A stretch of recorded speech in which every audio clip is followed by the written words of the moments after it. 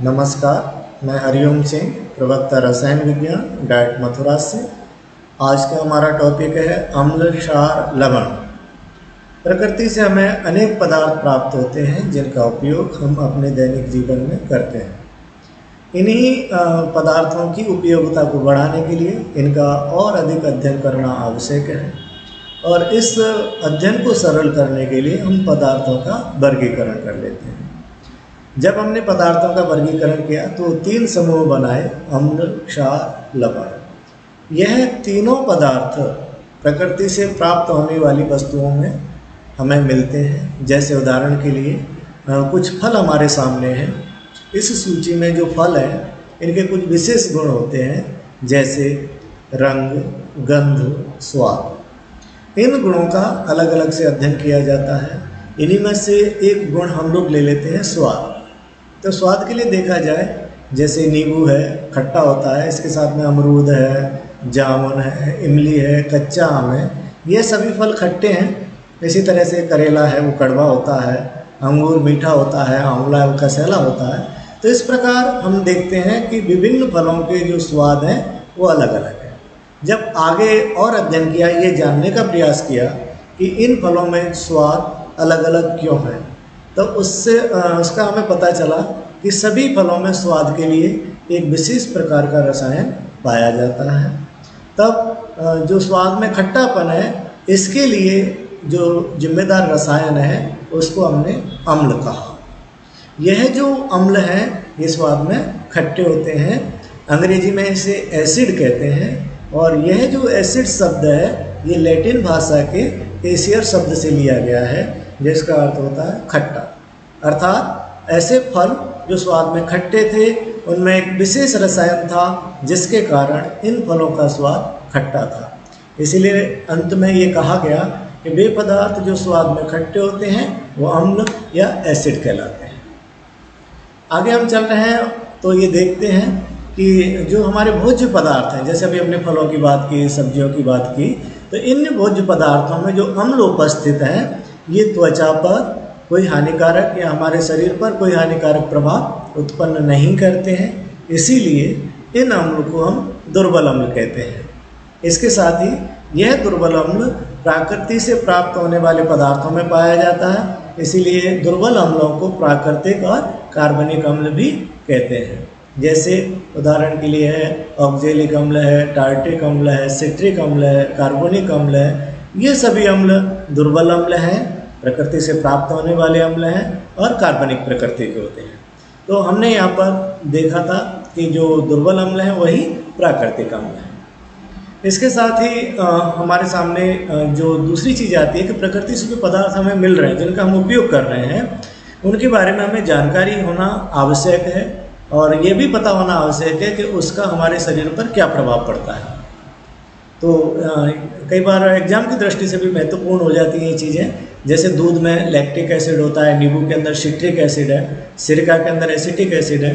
सिरका का प्रचलन अब वर्तमान समय में काफ़ी अधिक हो रहा है। जैसे चाइनीज फूड है या फास्ट फूड है, इसमें सिरका का बहुत अधिक उपयोग है, तो इसके अंदर एसिटिक अम्ल होता है। संतरा है, उसके अंदर सिट्रिक अम्ल, इमली के अंदर टार्ट्रिक अम्ल, टमाटर में ऑक्जेलिक अम्ल होता है। तो ये फलों के अंदर या सब्जियों में कौन कौन से अम्ल पाए जाते हैं, ये तो पादपों की बात हो गई। इसके साथ ही जंतुओं में भी कुछ अम्ल पाए जाते हैं। जैसे चींटी के अंदर है वो मेथेनोइक अम्ल होता है, या इसको हम फॉर्मिक अम्ल भी कहते हैं। लाल चींटी जब हमारे त्वचा पर कहीं भी काट जाती है तो उसके अंदर काफ़ी जलन महसूस होती है, और उस जलन के पीछे कारण यही है कि चींटी मेथेनोइक अम्ल हमारी त्वचा के अंदर इंजेक्ट कर देती है, और इसी मेथेनोइक अम्ल की उपस्थिति के कारण हमारी त्वचा में जलन होती है। ये जंतुओं में जो एसिड पाया जाता है ये जंतुओं की सुरक्षा का कार्य करता है, अर्थात मेथेनोइक अम्ल की सहायता से यह कीट अपनी सुरक्षा करते हैं।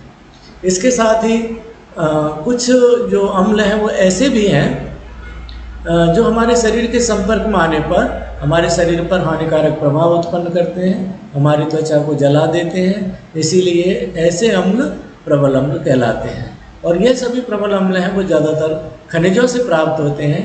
इसीलिए इन्हें खनिज अम्ल यानी मिनरल एसिड कहते हैं। उदाहरण की बात करें तो नाइट्रिक अम्ल है, हाइड्रोक्लोरिक अम्ल है, सल्फ्यूरिक अम्ल है, ये सभी स्ट्रॉन्ग एसिड हैं और इन्हें मिनरल एसिड भी कहा जाता है। एसिड में अगर और आगे बात करें तो सामान्यतः जो एसिड हैं वो हमारे पास लिक्विड फेज में होते हैं, यानी कि हम उनको द्रव अवस्था में देखते हैं। द्रव अवस्था में दो कंडीशन में हो सकते हैं। जैसे हम किसी विलयन की अगर बात करते हैं तो ये कहते हैं कि वो पतला विलयन है या गाढ़ा विलयन है। जैसे हम घर पे बात करें दूध की, तो कई बार कहते हैं दूध में पानी, पतला दूध है या गाढ़ा दूध है, शरबत पतला है, गाढ़ा है। तो यहाँ पर जो विलयन होते हैं वो दो तरीके के हो सकते हैं, एक तो पतला होता है और एक गाढ़ा। पतले में अगर जनरल बात करें सामान्य बोलचाल में तो यही कहा जाता है उसमें पानी ज़्यादा है।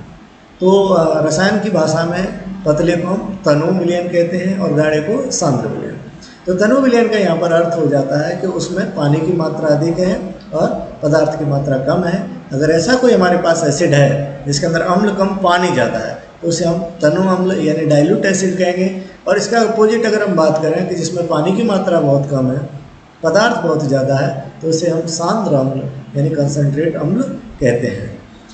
जब हम सांद्र अम्ल को तनु में बदलते हैं, ये प्रोसेस हमें जब हम रसायन के साथ काम करते हैं तो डेली लाइफ में करना होता है। हमारे पास भले ही छोटे बच्चे हैं लेकिन कुछ चीज़ों को हम अभी से उनको देंगे। तो यहाँ पर हम बात कर रहे थे कि किसी एसिड को अगर डाइल्यूट करना है तो हम करते क्या है जनरली। हमारा जो घरेलू प्रोसेस है वो यही है कि किसी चीज़ में पानी मिला दो, जैसे दूध के अंदर पानी मिला दिया, शरबत के अंदर पानी मिला दिया, तो हम पानी को मिलाना प्रेफर करते हैं। लेकिन एसिड को अगर डाइल्यूट करना है तो कभी भी अम्ल के अंदर पानी नहीं मिलाना है। उसका कारण है क्योंकि अम्ल अधिक मात्रा में होगा, उसमें जैसे ही थोड़ा सा पानी गिरेगा वो ऊष्माक्षेपी क्रिया करता है। अम्ल और पानी की जो रिएक्शन है वो ऊष्माक्षेपी है, बहुत अधिक ऊष्मा निकलती है। इसी हीट एनर्जी के कारण उसका जो विलयन है वो बाहर उछल जाता है। जो पात्र के अंदर विलयन रखा है वो बाहर उछल जाएगा और हमारे साथ दुर्घटना हो जाती है। तो कभी भी हमें एसिड के अंदर पानी नहीं मिलाना है।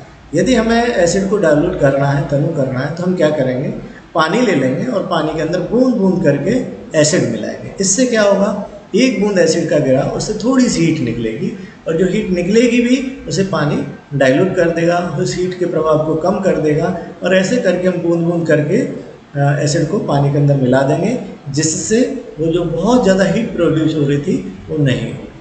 तो इस सावधानी के साथ हम एसिड के साथ काम करेंगे। कभी भी स्ट्रॉन्ग एसिड है तो उसमें हम पानी नहीं मिलाएंगे।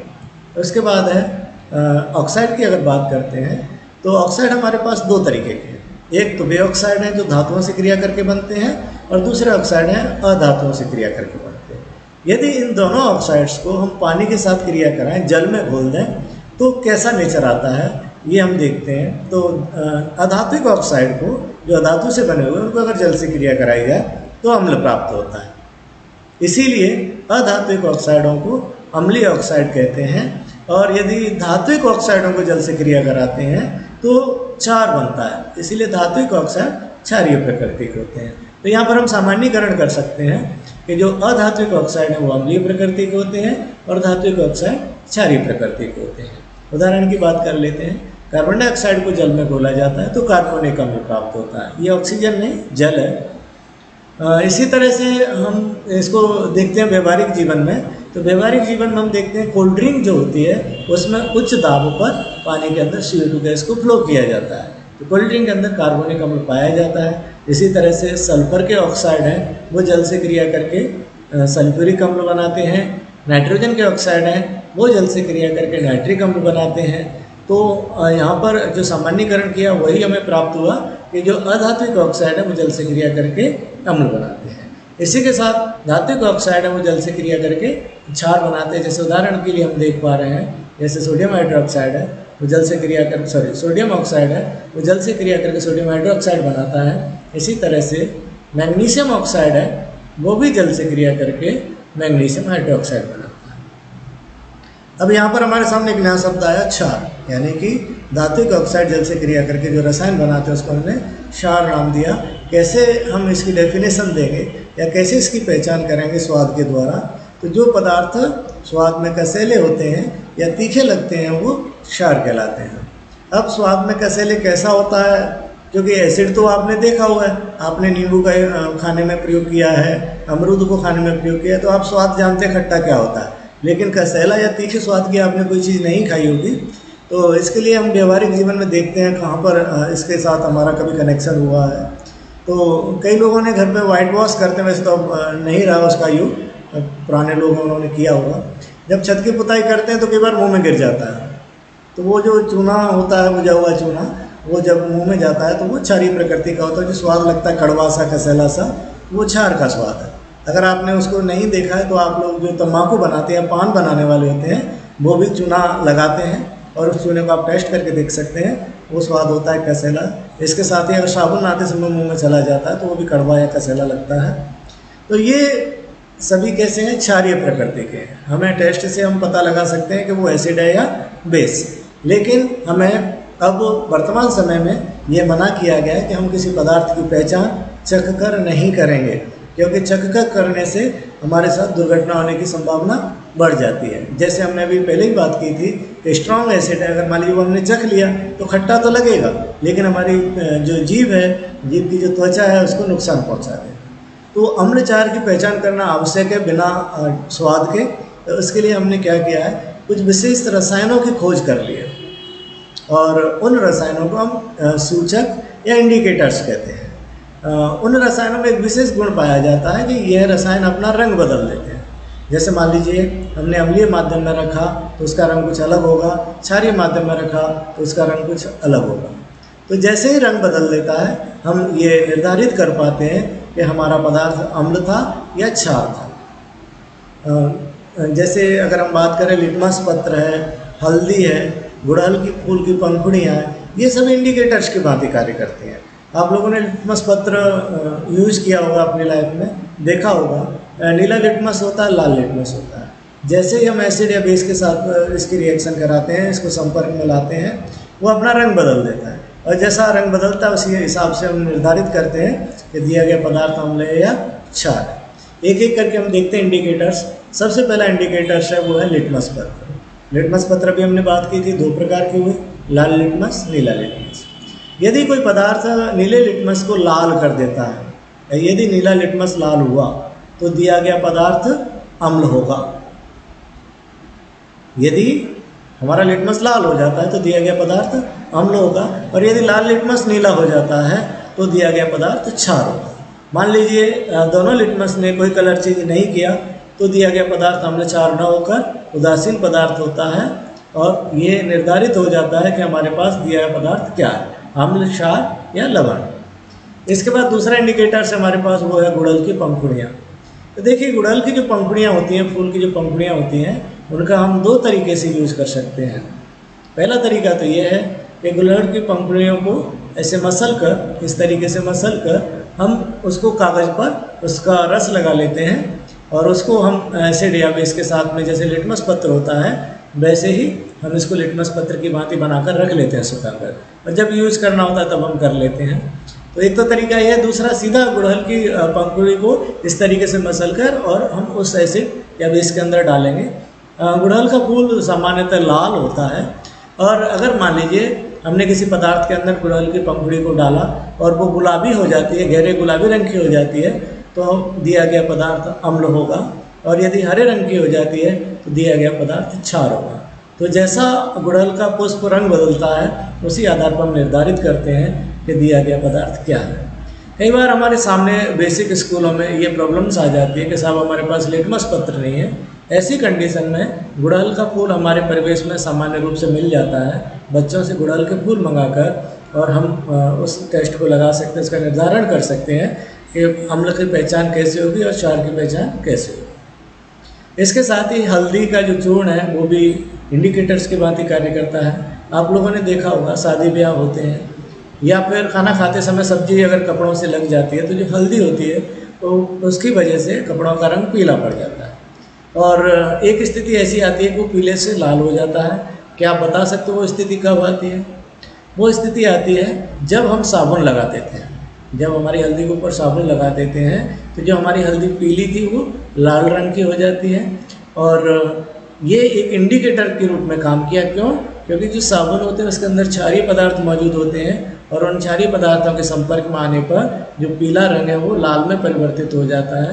तो इस तरह से हल्दी के पाउडर द्वारा भी हम ये पता कर सकते हैं कि दिया गया पदार्थ क्षार है या नहीं है। यदि क्षार होगा तो वो लाल रंग में परिवर्तित कर देगा, नहीं होगा तो वो पीला रंग ही देगा। इसके बाद दो इंडिकेटर्स और हैं जो प्रयोगशाला के अंदर काम में लिए जाते हैं। ये सामान्यतः जो बड़ी क्लास होती है माध्यमिक में रसायन विज्ञान के जो प्रयोग होते हैं, अनुमापन जो सांद्रता से रिलेटेड प्रैक्टिकल होते हैं, इसमें दो इंडिकेटर्स का उपयोग किया जाता है। एक होता है मेथिल ऑरेंज, जो दूसरा होता है फिनोल्फ्थेलीन। मेथिल ऑरेंज होता है वो ऑरेंज यानी नारंगी रंग का होता है। इसको जब अम्लीय माध्यम में रखा जाता है तो इसका रंग लाल हो जाता है और क्षारीय माध्यम में ये पीला हो जाता है। यानी कि अगर किसी माध्यम के संपर्क में मेथिल ऑरेंज लाते हैं और वो पीला हो जाता है तो दिया गया माध्यम क्षारीय होगा, और यदि लाल हो गया उसका रंग तो दिया गया माध्यम अम्लीय होगा। इस तरीके से मेथिल ऑरेंज के रंग बदलने से ये निर्धारित हो सकता है कि दिया गया पदार्थ अम्ल है या क्षार। इसी तरह से फिनोल्फ्थेलीन जो होता है वो कलरलेस होता है और उसको अम्लीय माध्यम में ले जाते हैं, तो अगर कोई रंग चेंज नहीं होता, किसी माध्यम में उसका रंग चेंज नहीं है तो माध्यम अम्लीय हो सकता है, और यदि उसका रंग गहरा गुलाबी हो जाता है तो वो माध्यम क्षारीय होगा। तो फिनोल्फ्थेलीन के द्वारा भी हम अम्ल है या क्षार है इसकी पहचान कर सकते हैं। आप लोगों ने ध्यान होगा तो टाइट्रेशन जब करते हैं तो कहते हैं हल्का गुलाबी रंग। हल्का गुलाबी इसलिए कहते हैं क्योंकि उसके अंदर एक बूंद ही क्षार की होती है, जिस कारण उसका हल्का गुलाबी रंग होता है। जैसे ही दूसरी बूंद गिरती है वो गहरा गुलाबी में परिवर्तित हो जाता है। तो क्षारीय माध्यम के संपर्क में आने पर फिनोल्फ्थेलीन है वो गुलाबी रंग का हो जाता है। एक और हमारे पास इंडिकेटर्स है जो इसका निर्धारण करता है, वो है पीएच स्केल। पीएच स्केल गणितीय गणनाओं के द्वारा बनाई जाती है जो किसी विलयन की सांद्रता पर निर्भर करती है, लेकिन पीएच स्केल पर जो रीडिंग होती है, जो स्केल होती है, वो निर्धारित करती है कौन सा पदार्थ अम्ल है, कौन सा पदार्थ क्षार है। यदि किसी विलयन के लिए पीएच स्केल पर पाठ्यांक 0 से 7 के मध्य में होता है तब हम कहेंगे कि वह पदार्थ अम्लीय प्रकृति का है, और यदि पीएच स्केल पर पाठ्यांक 7 से 14 के मध्य में है तो वह विलयन क्षारीय प्रकृति का है। और यदि किसी विलयन के लिए पाठ्यांक एग्जैक्ट 7 है, बिल्कुल फिक्स 7 आ रहा है, तब हम कहेंगे वो पदार्थ उदासीन प्रकृति का है। तो इस प्रकार से हम पीएच स्केल द्वारा भी पदार्थों की प्रकृति का निर्धारण कर सकते हैं। उसके बाद बात करते हैं लवण। लवण क्या होता है? तो जब हम किसी अम्ल की अभिक्रिया क्षार से कराते हैं, एसिड और बेस रिएक्शन कराते हैं, तो अम्ल क्षार के गुणों को ख़त्म कर देता है और क्षार अम्ल के गुणों को ख़त्म कर देता है। इस तरह से इसका जो मिश्रण है वो लिटमस पत्र के टेस्ट को नहीं देगा, क्योंकि ना तो उसके अंदर अम्लीय गुण रहे ना क्षारीय गुण रहे। और एक नए पदार्थ का निर्माण होता है जिसे लवण कहते हैं। लवण के साथ में जल का निर्माण भी होता है। तो लवण किसे कहेंगे? वे पदार्थ जो अम्ल और क्षार की अभिक्रिया से बनते हैं, वे पदार्थ लवण कहलाते हैं। इसके साथ ही हम देख रहे हैं कि जब अम्ल और क्षार की अभिक्रिया होती है तो इसमें दोनों के गुण खत्म हो जाते हैं, इसीलिए इस अभिक्रिया को उदासीनीकरण अभिक्रिया कहते हैं और इसमें लवण जल का निर्माण होता है। जैसे सोडियम हाइड्रोक्साइड है वो HCl से क्रिया करेगा और NaCl लवण और जल का निर्माण करता है। तो इस प्रकार हम देखते हैं कि उदासीनीकरण की अभिक्रिया द्वारा अम्ल क्षार का निर्माण होता है। तो आज के लिए इतना ही। नेक्स्ट वीडियो में अगले टॉपिक के साथ फिर मिलेंगे। धन्यवाद।